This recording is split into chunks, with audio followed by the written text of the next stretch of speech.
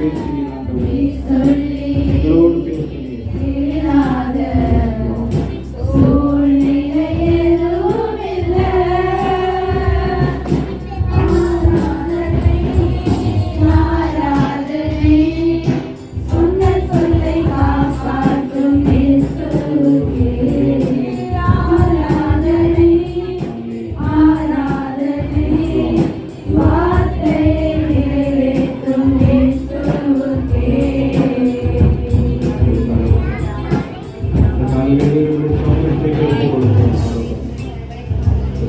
கட்டணங்களோடு பேசினேன்.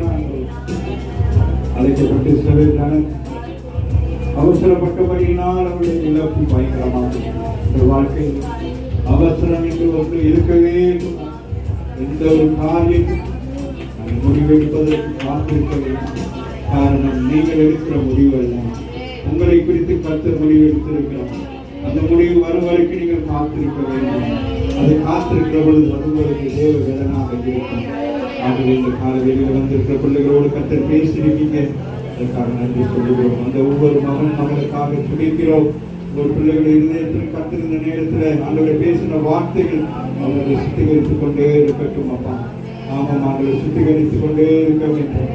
எங்களுக்கு சுத்தாந்திரமாக எழுதப்பட்டிருக்கிறது.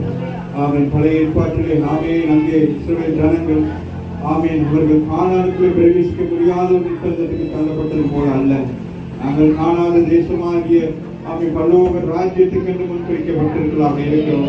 ஆகவே நாங்கள் பரிசுத்த ஆவியானவரை தூக்கப்படுத்தார்கள். எங்கள் வாழ்க்கையை நாங்கள் சரிபடுத்திக் கொண்டு அவர் எங்களுக்கு கொடுக்கப்பட்டதான அந்த கிருபைகளை இழந்து போகாதபடி அவசரப்பட்டபடியினால் ராஜ்யபாரத்தை அவன் இழந்து போனான். சாமியில் வருவரைக்கும் அவன் காத்திருக்க முடியாதபடினால் அவர் தேவனுக்கு துணிகரமாக பரிசெலுத்தி தன்னுடைய அபிஷேகத்தை இழந்து போனார்.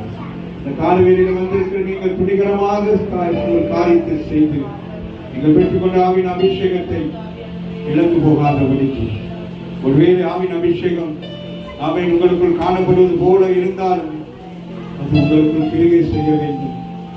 அனனியா சபீரால் அவசரப்பட்டு எடுத்த முடிவு தேவாலயத்திலே மரணத்துக்குள் இருந்தார்கள். இதுபோல் அநேக இடங்களில் அவசரப்பட்டு எடுத்த முடிவுகளின் விளைவு அது அவர்களுக்கு ஆண்டவரின் பாரதூரமாக இருக்கிறது.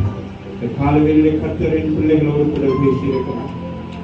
யோசித்து பாருங்கள், நாங்கள் அவசரமாக எடுக்கிற முடிவினால எங்களுக்கும் வேதனை, எங்களை சார்ந்திருக்கிறதுக்கும் வேதனை.